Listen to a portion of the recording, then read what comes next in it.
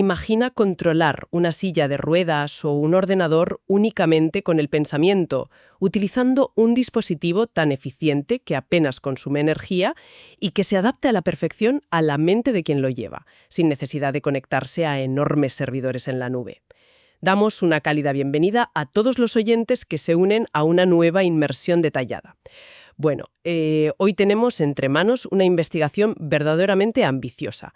Se trata de un fascinante artículo publicado por investigadores del Politécnico ETH de Zúrich y, en este trabajo proponen una forma revolucionaria de decodificar señales cerebrales utilizando redes neuronales de pulsos, o CNN por sus siglas en inglés, combinadas con un hardware muy particular, sinapsis membrístivas ferroeléctricas. Es un auténtico placer estar aquí para desgranar este documento.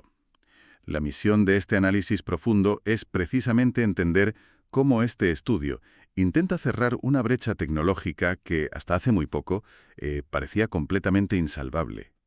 Hablamos de la gigantesca distancia que existe entre el software de inteligencia artificial inspirado en el cerebro y las severas limitaciones físicas que impone el hardware cuando se intenta miniaturizar al máximo. Es lo que en el sector de la ingeniería se conoce como entornos de extremo borde o extreme edge. Vale, vamos a desgranar esto. Porque sobre el papel suena espectacular, de verdad. Pero la realidad de las interfaces cerebro-computadora actuales es un auténtico campo de minas. No es un entorno amable para la tecnología, ni mucho menos. Y efectivamente, es un terreno lleno de obstáculos formidables. Y el principal problema que aborda este estudio es que la decodificación de señales de electroencefalograma, el famoso EEG, no ocurre en un entorno estéril, estático y perfecto. De hecho, para poner a prueba su sistema de una forma realista, los investigadores utilizaron el conjunto de datos Fisionet. Y estamos hablando de un volumen de información masivo que incluye grabaciones de 103 sujetos distintos a través de un casco de 64 electrodos. Un despliegue nada desdeñable, claro, para captar actividad cerebral profunda. Así es. Estos pacientes estaban realizando tareas de imaginación motora.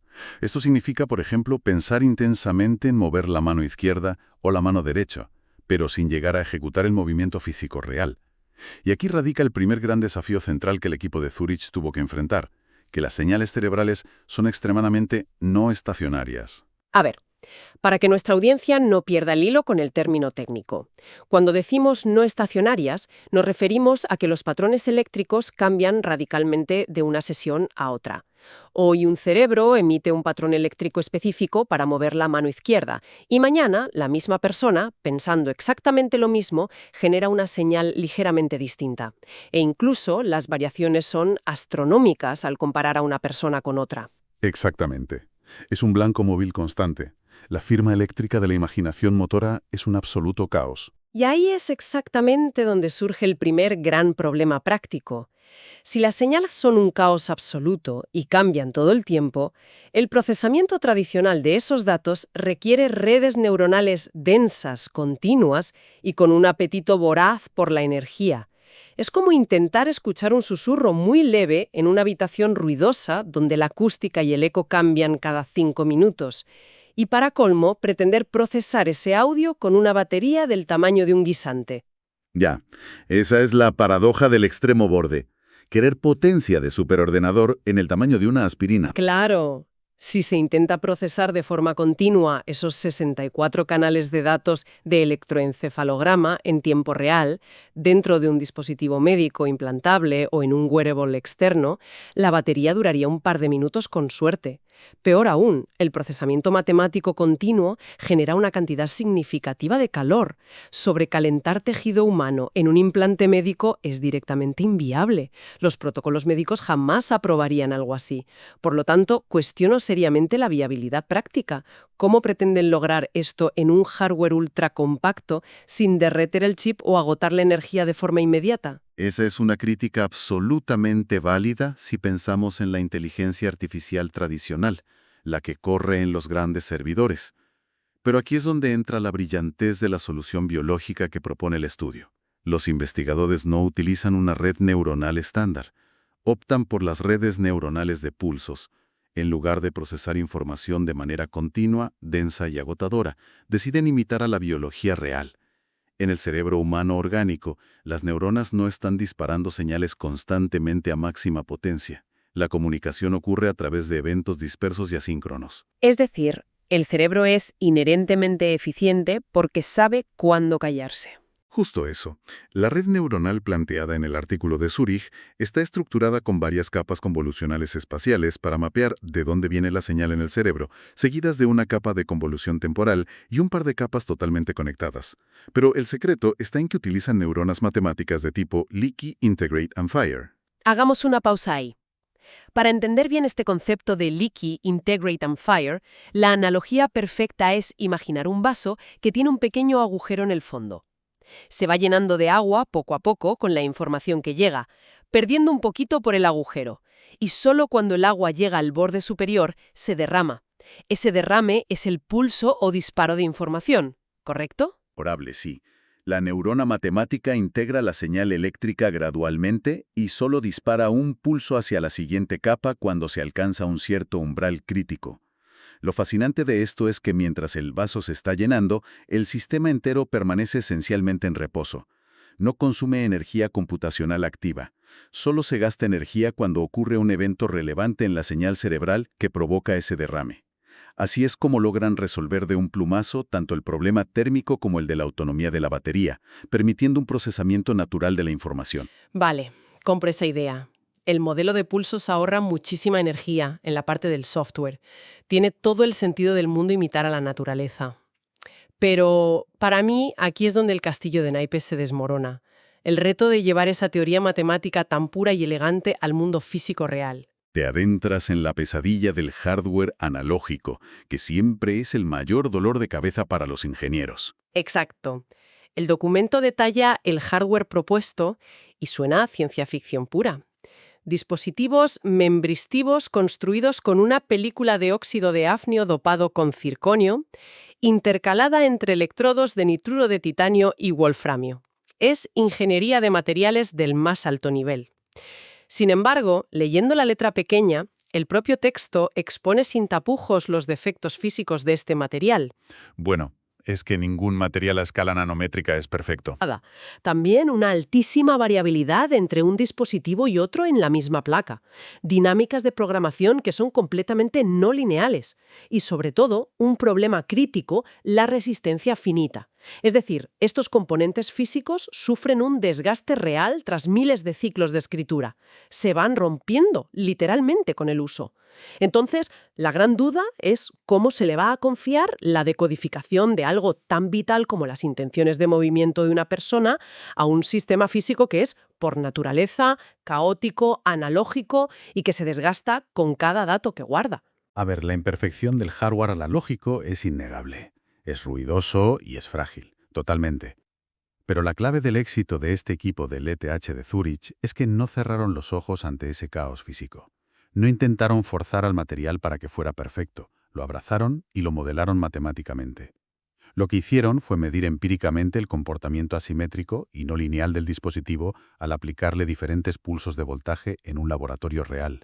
O sea, mapearon exactamente cómo de caótico era el chip. Precisamente. Con esos datos empíricos construyeron un modelo matemático utilizando un núcleo en forma de beta. Esta fórmula matemática les permitía predecir exactamente cómo iba a cambiar la conductancia del material bajo diferentes condiciones de estrés eléctrico. Al entender el caos, pudieron compensarlo por software. Y entonces, ¿qué significa todo esto para el funcionamiento interno del chip? Porque entender el defecto no elimina el desgaste físico del material de óxido de hafnio. Y ahí es donde entra un truco de ingeniería de circuitos realmente brillante. En el diseño de chips neuromórficos clásico, para representar un peso sináptico que puede ser positivo o negativo, se suele usar un sistema diferencial. Esto significa usar dos memristores activos físicos por cada conexión matemática. Uno tira hacia lo positivo y otro hacia lo negativo. Lo cual significa el doble de desgaste físico en la placa. Claro, exacto.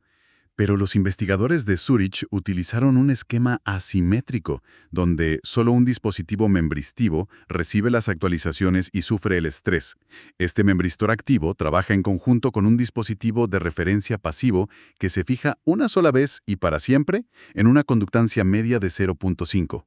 Al hacer esto, las operaciones de depresión y potenciación a largo plazo ocurren alterando únicamente el componente activo en relación a ese 0.5 estático. Esto reduce drásticamente las operaciones de refresco eléctrico, evita duplicar matrices enteras de memoria en el silicio y alivia enormemente la carga física sobre el chip. Es una optimización estructural impresionante, lo admito. Pero seguimos chocando contra el mismo muro. Si entendemos que lograron domar el comportamiento físico de este óxido de hafnio mediante un modelo matemático y usar solo la mitad de los componentes activos, sigue existiendo un cuello de botella fatal en el proceso de aprendizaje en el propio dispositivo. El documento especifica que utilizan algoritmos de backpropagation, espacial y temporal, y el famosísimo optimizador Adam. Sí, son los estándares de oro para entrenar inteligencia artificial hoy en día. ¿Es en la nube? Sí. Pero cualquier ingeniero sabe que entrenar una red neuronal con Adam requiere millones, literalmente millones, de microajustes minúsculos en los pesos del modelo matemático a medida que va aprendiendo de los errores. Si este implante de extremo borde envía un pulso eléctrico real a ese frágil hardware analógico de hafnio por cada uno de esos diminutos ajustes matemáticos, la degradación sería catastrófica e inmediata. El dispositivo superaría su límite de vida útil, esa resistencia finita de la que hablábamos, casi antes de terminar de aprender a leer los pensamientos del primer paciente. Lo freirían por completo. Es una deducción lógica impecable. Actualizar el hardware físico con cada iteración del optimizador Adam destruiría el material en cuestión de horas. Por eso, el corazón de esta investigación, y quizás su hallazgo más importante a nivel de diseño, radica en la estrategia de actualización consciente del dispositivo. Ellos lo denominan la acumulación basada en umbrales. ¿Y cómo evita eso quemar la placa? Pues en lugar de castigar al membristor enviándole una corriente eléctrica con cada microajuste, los gradientes de error calculados por el algoritmo se acumulan de forma puramente digital en una memoria intermedia muy eficiente. El sistema físico espera pacientemente. Solo cuando la suma aritmética de esos minúsculos errores digitales supera un umbral estricto predefinido, el sistema finalmente envía un único pulso eléctrico físico para alterar la conductancia del hardware membristivo. Un restaurante. Esa es la idea. Desarrolla un poco la analogía. A ver, sería absurdo. Y además colapsaría el sistema de cobros del banco por las comisiones, pasar la tarjeta de crédito física por el datáfono por cada cacahuete que te comes o cada sorbo de cerveza que das a lo largo de toda una noche. En su lugar, el camarero anota todo lo consumido en una libreta, que sería la memoria digital, y se realiza un único gran pago consolidado al final de la noche, pasando la tarjeta una sola vez. Es el ejemplo perfecto. Y los datos que aporta el estudio sobre esta técnica son reveladores. Establecieron ese umbral, al que llaman el factor epsilon, en un 7,5% del rango total de conductancia. Con ese límite estricto, donde la tarjeta de crédito solo se pasa muy de vez en cuando, la precisión en la clasificación de los pensamientos motores fue de aproximadamente un 78,9%. Si se compara esto con el modelo de software ideal en coma flotante, Que sería el modelo matemático puro corriendo en un ordenador gigante sin limitaciones físicas. exacto. Ese modelo ideal, ilimitado, logró un 80,3%. Es decir, el sacrificio en la precisión por usar el umbral y proteger el hardware es minúsculo, apenas un 1,5%. A cambio de ese pequeñísimo coste en precisión, se reducen las escrituras físicas en el material a una fracción ridícula de lo que exigiría el entrenamiento estándar, salvando así la vida útil del chip durante años. Visto así, es una solución brutalmente inteligente para no quemar el dispositivo durante el entrenamiento, no se puede negar. Pero resolver el hardware nos lleva directamente al problema de la personalización, un muro conceptual contra el que se estrellan casi todas las interfaces cerebro-computadora que existen en el mercado actual. El famoso problema de la generalización cruzada entre sujetos, sí. Totalmente. Incluso si el hardware sobrevive gracias a ese sistema de acumulación digital, es muy dudosa la capacidad de generalización del modelo en el mundo real. Supongamos el siguiente escenario. Se preentrena esta red de pulsos con los datos de 80 personas diferentes en un entorno controlado de laboratorio. Por la propia idiosincrasia de la mente humana, por cómo se pliega el córtex de cada individuo, ese modelo base robusto probablemente sea inútil cuando se le coloque el casco o el implante al paciente número 81. Las ondas cerebrales de este nuevo sujeto tendrán firmas únicas, irrepetibles, Y ya sabemos que reentrenar absolutamente toda la red neuronal localmente, en tiempo real, procesando miles de parámetros dentro de un dispositivo miniatura de bajo consumo, es sencillamente imposible. El coste computacional en un sistema Extreme Edge sería prohibitivo. Desde luego, el concepto de talla única no funciona cuando hablamos del cerebro humano, y tienes razón en que reentrenar cientos de miles de parámetros en un dispositivo médico miniatura es un callejón sin salida. Pero aquí es donde entra la elegancia absoluta de su estrategia. Lo que proponen es un transfer learning o aprendizaje por transferencia, diseñado de forma específica para cada nuevo sujeto, sin tocar toda la estructura neuronal. ¿Y cómo evitan reentrenar toda la red si el cerebro del nuevo paciente es diferente? A la inteligencia artificial, nos damos cuenta de que las primeras capas de la red, las capas convolucionales, ya han aprendido a identificar la gramática universal de las señales cerebrales a partir de esos 80 sujetos iniciales. Estas capas tempranas ya saben cómo extraer las características espaciales y temporales básicas del ruido de fondo. Entiendo. O sea, las primeras capas ya saben distinguir una onda cerebral de un parpadeo o del ruido muscular general. Entienden el idioma humano de manera global. Exacto. Así que, para adaptar el sistema a las particularidades únicas de un nuevo individuo, los investigadores probaron a congelar esas primeras capas y reentrenar exclusivamente las dos últimas capas. Hablamos de las capas totalmente conectadas, que se encargan del veredicto final, de clasificar si la intención es mover la mano izquierda o la derecha. Volviendo a las analogías, es como si el implante ya supiera hablar el idioma a la perfección, gracias al laboratorio, y solo necesitara unas pocas horas de entrenamiento para acostumbrarse al acento particular de las ondas cerebrales de un paciente nuevo. Reajustar el acento en lugar de enseñar el idioma desde cero.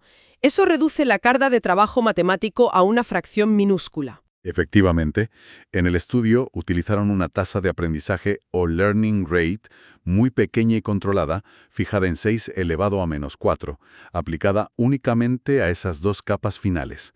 Y los resultados empíricos rompieron cualquier escepticismo. Esta sencilla adaptación in situ logró elevar la precisión a un 81,33% en sujetos que el modelo jamás había visto previamente en el laboratorio. Se supera así, de largo, el rendimiento del modelo genérico, capturando todas las características sutiles del nuevo individuo, requiriendo poquísimos recursos computacionales y, por supuesto, protegiendo al hardware memoristivo. Aquí es donde se pone muy interesante, porque hasta ahora hemos estado hablando de condiciones ideales de transferencia y adaptación en un entorno más o menos predecible. Pero llevemos la situación al extremo absoluto, a la prueba de fuego definitiva que plantea el propio estudio.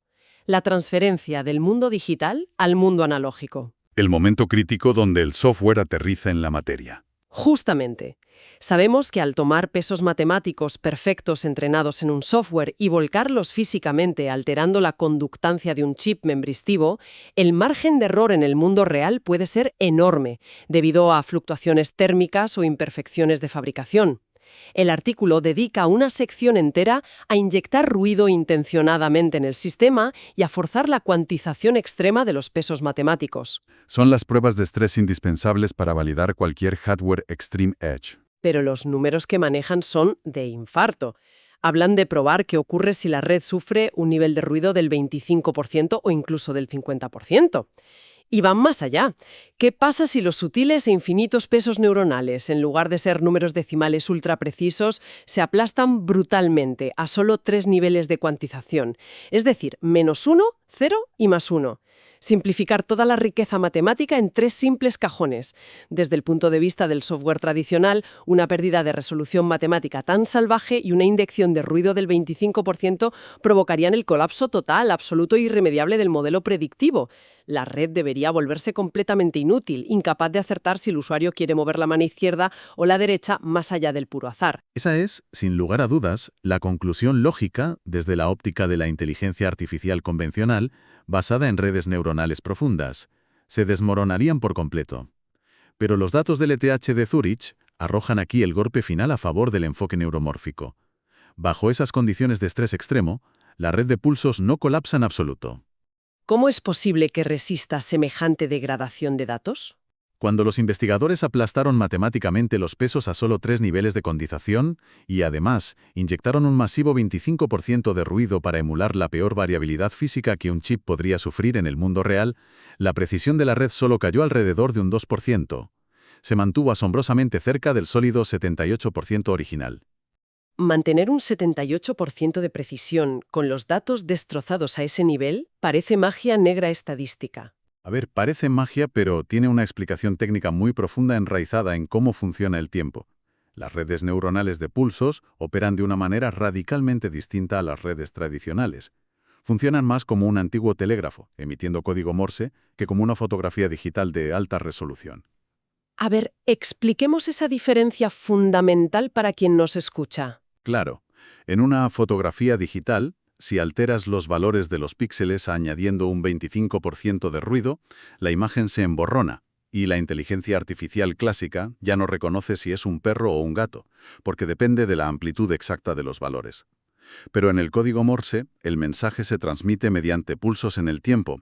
Si se logra escuchar el ritmo exacto de los pitidos y los silencios intermedios, apenas importa si la radio tiene mucha estática de fondo.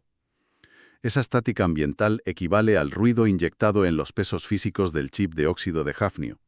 Como en esta red la información viaja principalmente codificada en el dominio del tiempo, es decir, cuándo ocurre el pulso, y no solo en la amplitud exacta de la señal eléctrica estática, el sistema hereda de forma natural una resiliencia formidable frente a los defectos analógicos.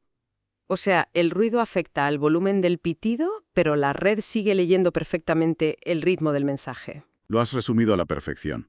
Y lo que es aún mejor, y cierra el círculo del estudio, los investigadores demostraron que aplicando apenas una sola época, una sola pasada rápida de reajuste ligero directamente en el dispositivo físico, la red era capaz de adaptarse a su propio ruido inherente y recuperar prácticamente la precisión original perdida. Es un nivel de resiliencia verdaderamente impresionante para operar en un entorno físico tan hostil como el interior del cuerpo humano o un auricular en la calle. Y bueno, llegados a la recta final de esta inmersión detallada, es fundamental que consolidemos las conclusiones claras que arroja este masivo trabajo del ETH de Zúrich. Si extraemos los pilares fundamentales sobre los que se sostiene este avance, observamos 4 grandes hitos innegables. Sería excelente hacer un recuento rápido para fijar conceptos. En primer lugar, queda demostrado que el uso de redes neuronales de pulsos es lo que permite, imitando a la biología, que el procesamiento continuo de señales de electroencefalograma consuma niveles ínfimos de energía al mantener el sistema en reposo y activarse únicamente frente a eventos cerebrales relevantes. En segundo lugar, se asienta la demostración de que los memristores ferroeléctricos, a pesar de sus notables imperfecciones de fabricación y su desgaste analógico intrínseco, pueden convertirse en un hardware médico y de consumo viable siempre y cuando se modele matemáticamente de antemano su comportamiento no lineal. Y el tercer pilar clave sería ese ingenioso sistema de actualización consciente. El esquema de umbrales digitales que acumula los errores matemáticos y actúa como un verdadero escudo protector, salvando la vida física del dispositivo al limitar drásticamente la cantidad de veces que se envía corriente para escribir sobre el frágil material. Absolutamente. Y por último, el gran descubrimiento práctico para el mundo clínico. Basta con retocar y entrenar únicamente las 2 últimas capas de una red neuronal preentrenada. Esto permite que un dispositivo miniatura con memoria y batería extremadamente limitadas aprenda y se adapte de forma autónoma a la firma cerebral única de un nuevo paciente, manteniendo en todo momento una asombrosa resistencia al ruido extremo gracias a la codificación temporal, a ese efecto código Morse. Esto plantea una pregunta importante, una pregunta de un calado enorme para el futuro, algo que invita a la reflexión. Si consideramos que hoy, en un laboratorio, unos diminutos chips neuromórficos con un consumo energético ultra bajo y una resistencia casi inquebrantable frente al ruido analógico y el desgaste físico, ya son capaces de decodificar intenciones de movimiento motor directamente del cerebro humano de forma personalizada. ¿Qué pasará cuando esta tecnología logre la madurez comercial y salga del estricto y necesario ámbito clínico de las sillas de ruedas y las prótesis robóticas?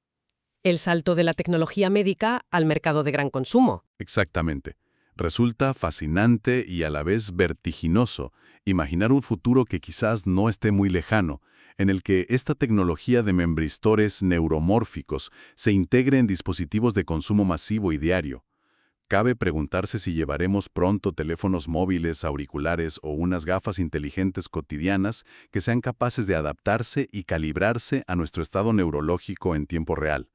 dispositivos que puedan interpretar un nivel de fatiga mental severo, un pico de atención enfocada o incluso intenciones de comandos básicos sin que el usuario tenga que llegar a tocar un solo botón o pronunciar una palabra. De materializarse esa visión a nivel comercial, esta investigación pionera del Politécnico de Zúrich podría ser recordada, mirando en retrospectiva, como uno de los primeros pasos tangibles y viables a nivel de hardware para que la tecnología de consumo se convierta, a todos los efectos prácticos y funcionales, en una extensión biológica natural de nuestro propio sistema nervioso central. Una perspectiva que, sin lugar a dudas, invita a una profundísima reflexión sobre hacia dónde nos dirigimos en la interacción entre la máquina y la mente.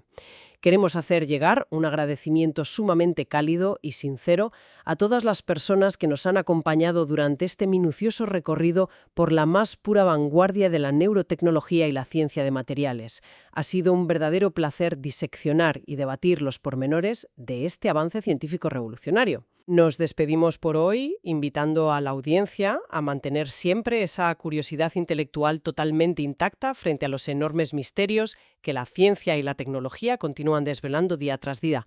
Hasta la próxima inmersión.